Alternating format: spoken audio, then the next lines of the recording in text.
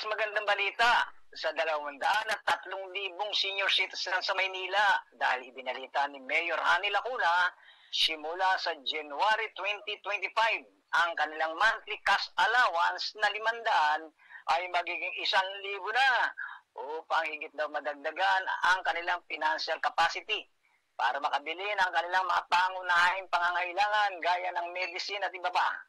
Ito ibibigay kada quarterly, halip na kada 4 na buwan. Ito'y base na rin sa mga kahilingan ng mga senior citizen.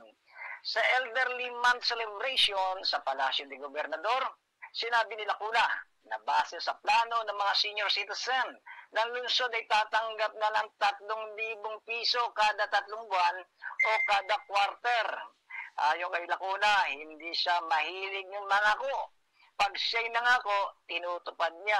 Hindi niya ginagamit yung kanyang, ang ginagamit niya puso, hindi daw nguso.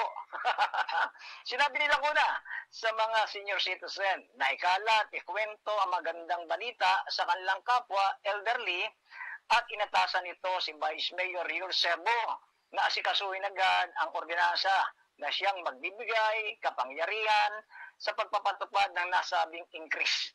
Ayon kay Lacuna, ang dobling dagdag na 500 piso resulta ng pagsisikap na linisin at ang listahan ng senior citizen sa mga hindi nakatira sa Maynila at lumipat na ng ibang tirahan samantala ang iba naman ay yumao na.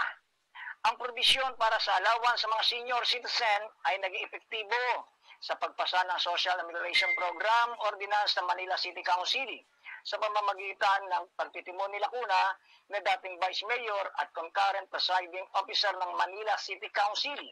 Kabilang din sa SAP ang probisyon na nagkakaloob ng monthly financial assistance sa mga solo parents, person with disability at mga estudyante mula sa dalawang pamantasan na kinabibilangan ng pamantasan ng lungsod ng Maynila at Universidad de Manila.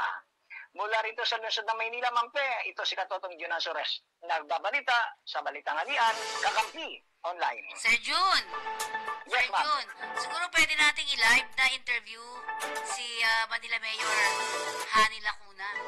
Or pwede natin puntahan, di ba? Oo, Set mo. minsan na, natin to, ngayon mahirap mahirap kunin Alam naman natin, busy talaga ito ngayon sa mga programa. Pero minsan, sasabayan natin ito kapag halimbawa ang nagsagawa ito ng mga programa sa Maynila. Siguro sa kalinga ng Maynila, doon natin antabayanan at makita natin yung mga programang ginagawa ni Mayor Lacuna. Okay. Lalo ngayon.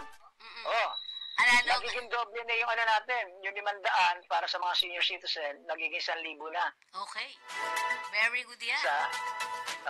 Sa susunod, sa January na, mararamdaman na natin yan, January, February, March, kada 3 buwan na, hindi na 4 na buwan. Yun, maganda yun. Okay, thank you very much.